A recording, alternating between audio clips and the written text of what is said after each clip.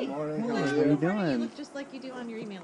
Could you please give us a little background on your professional training and your position in the American College of Pediatricians? Yes, certainly.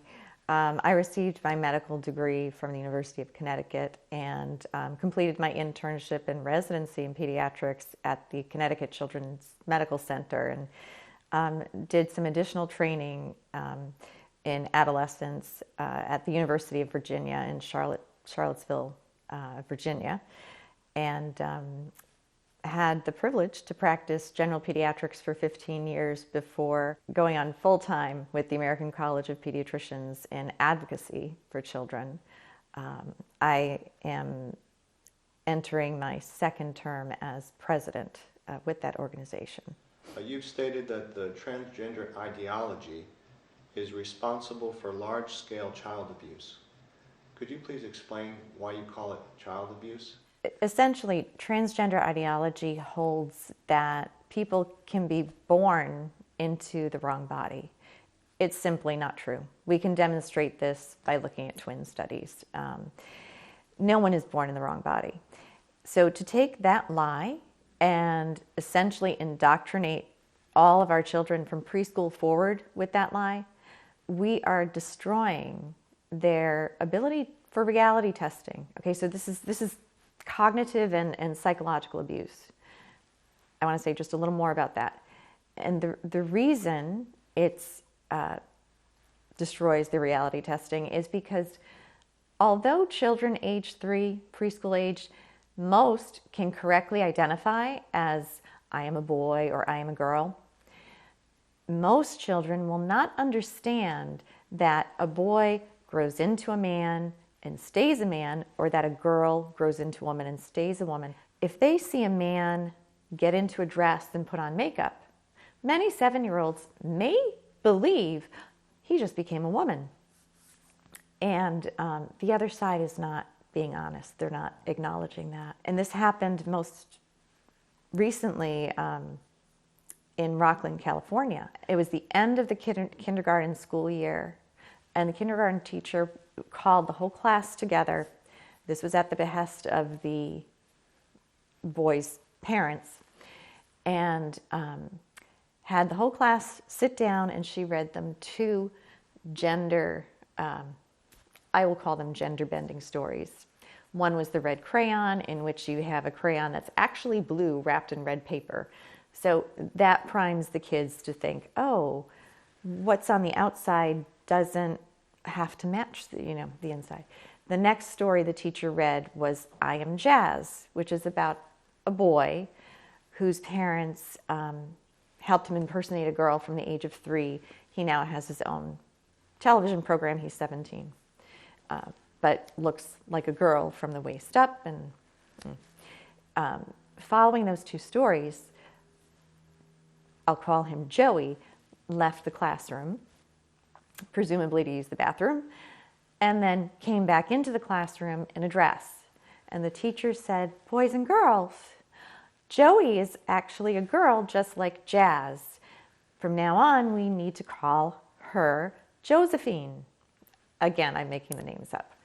But this was very confusing to the other children in kindergarten. And it terrified one girl in particular.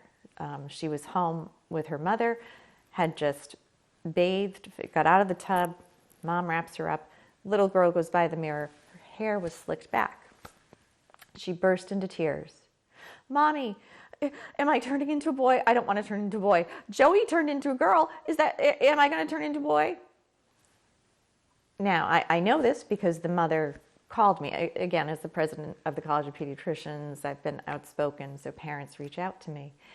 And this mother is being told that she is the one who's crazy. Her daughter is the one who is having a problematic reaction. This is insane. Okay, so transgender ideology, yes, it's child abuse because we are gaslighting our children, number one, and that's all children.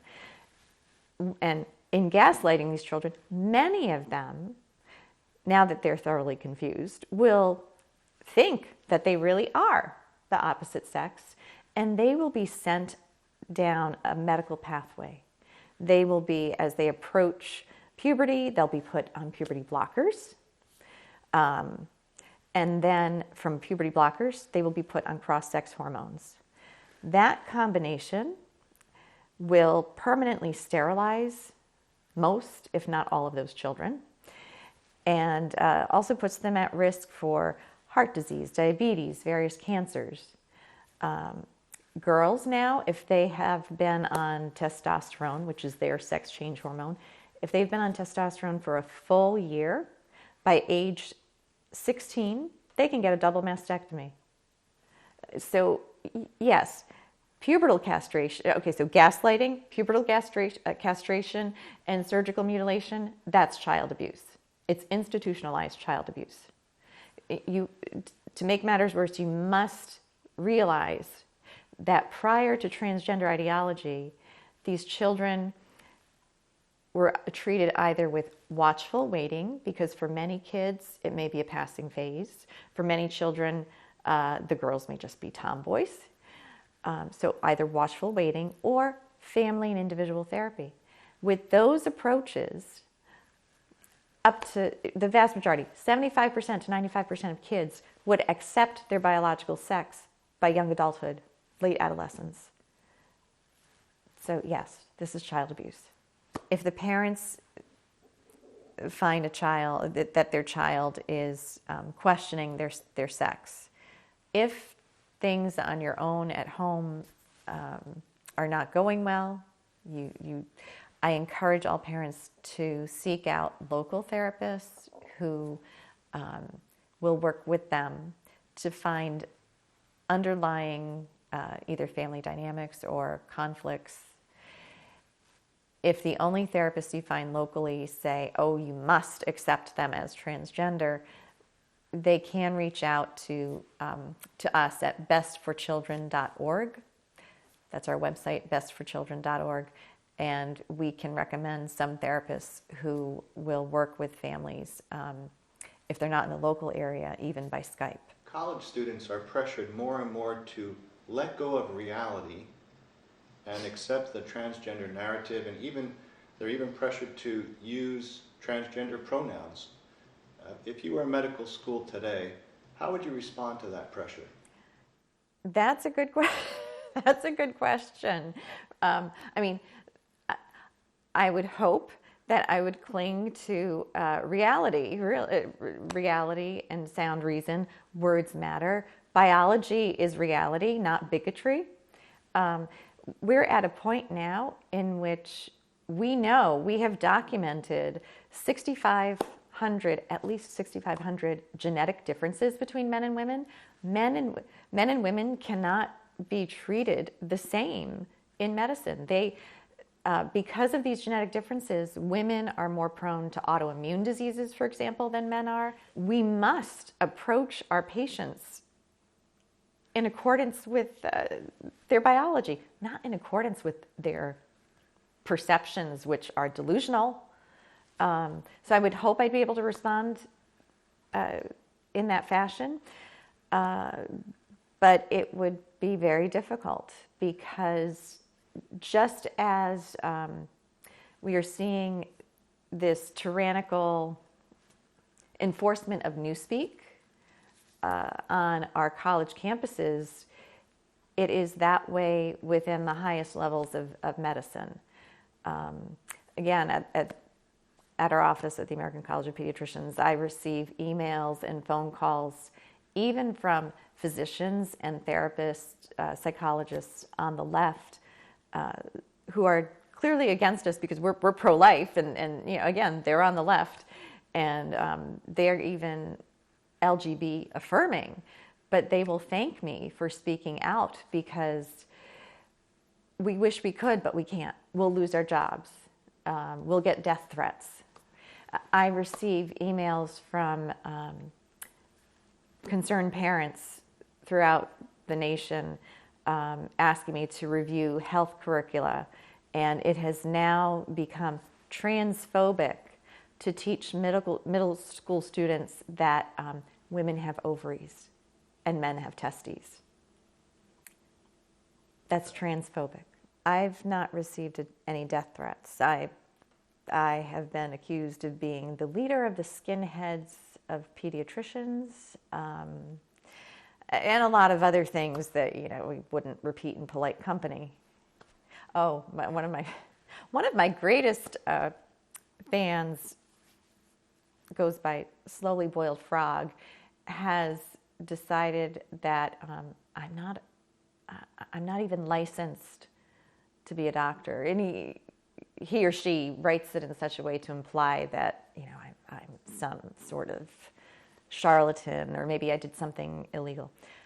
So for the record, yes, I still am licensed. I've chosen not to do clinical practice because I believe advocacy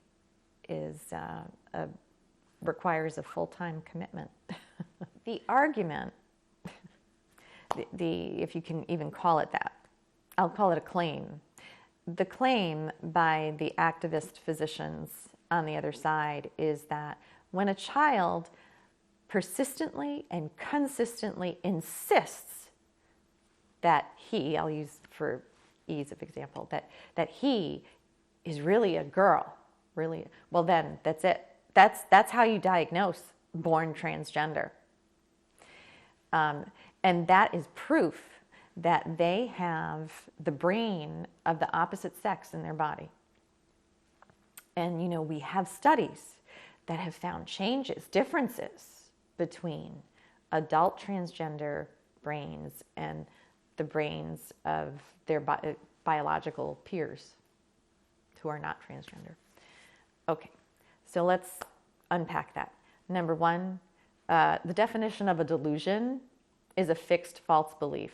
So if I persistently, consistently insist that I am Margaret Thatcher, or persistently, consistently insist that I am a cat, or a person, I'm an amputee trapped in a normal body, I am delusional. And in fact, there are people who believe they are amputees trapped in a normal body. They are appropriately diagnosed as having body identity integrity disorder. Mouthful, but you get my drift. So if you want to cut off an arm or a leg, you're mentally ill. But if you want to cut off healthy breasts and genitals, then you're transgender and you don't have a mental illness. So that's a completely unscientific, but that's no diagnosis. Number two, let's talk about the brain studies. There have been several. Many have found no brain differences, but we don't talk about those. There are a few that have found some differences on what's called functional MRIs, and they prove nothing. The reason they prove nothing is because the brain changes due to behavior. We have documented in numerous studies that behavior changes the appearance and the physiology and function of the brain. So to have a few studies that are very small, have never been replicated, say, hey, there are brain differences, more than likely, the fact that the person has lived transgender is what caused those differences, if they're even real. So how do we know, Dr. Cretella, that what you said, that no one's ever born this way, how do we know that? If a brain were somehow the wrong sex, due to factors before birth, every single identical twin would have the same gender identity all the time, but they don't. Why? Identical twins have identical DNA. So if it were in the genes and solely in the the DNA solely there, then 100% of the time they would both be transgender or both be non-transgender. The best twin study we have shows that the vast majority do not match. If you have one identical twin who's transgender, 72% of the time the other twin is normal. That tells us that it's post-birth effects that primarily impact your identity. Post-birth effects, not pre-birth. So if I told you that my Ford car parked in the driveway was not really a Ford but a Ferrari, you would question my mental sanity. So why is it that some medical professionals validate the idea that a man can become a woman? Ideology. Really, it comes down to ideology and worldview. I mean, and it's been that way from the beginning.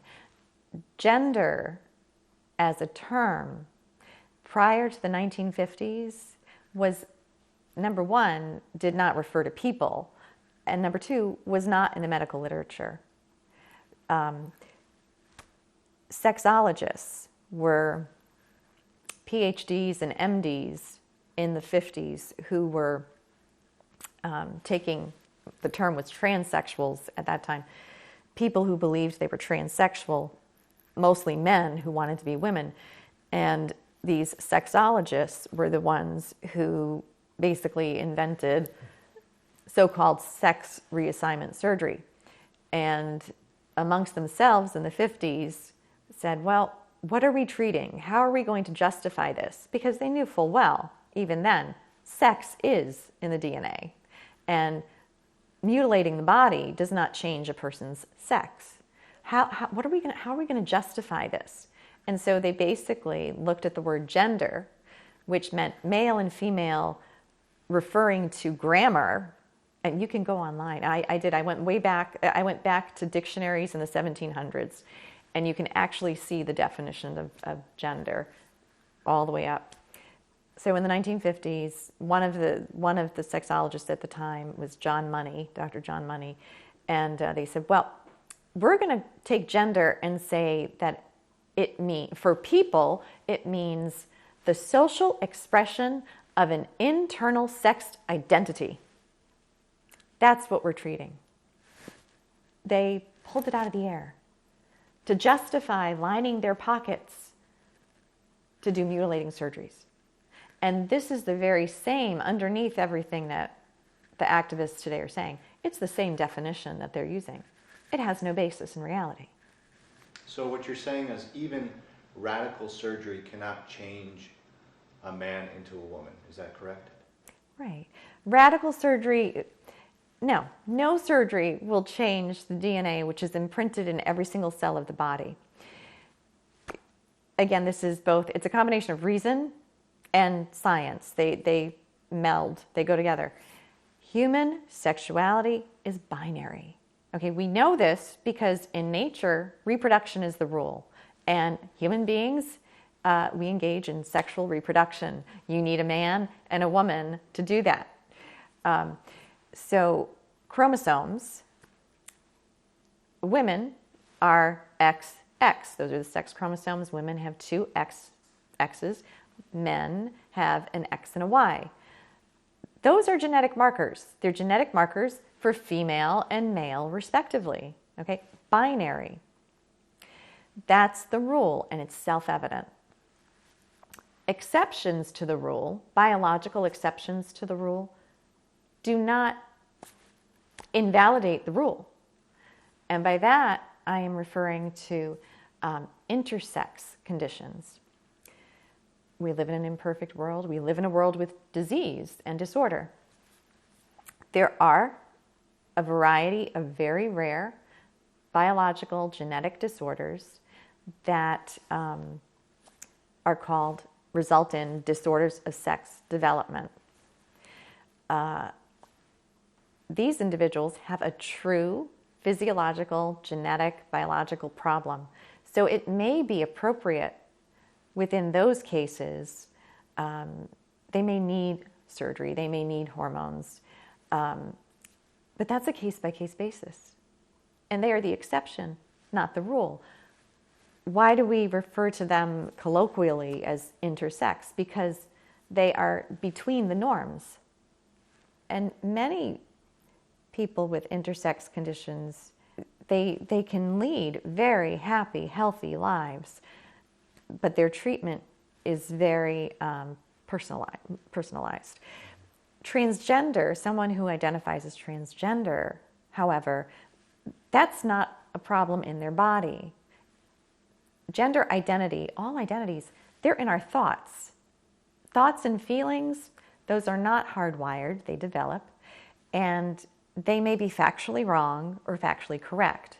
Individuals with disorders of sex development are being used as pawns in the fight for basically a civil right to a mental illness. There's no such thing as a civil right to a mental illness, but that is in fact what we are dealing with the transgender rights movement. Now, a lot of liberal professors claim that the male-female binary is only a social construct, that you grow up learning that men and women are different, but it's really something entirely fluid. How would you refute that?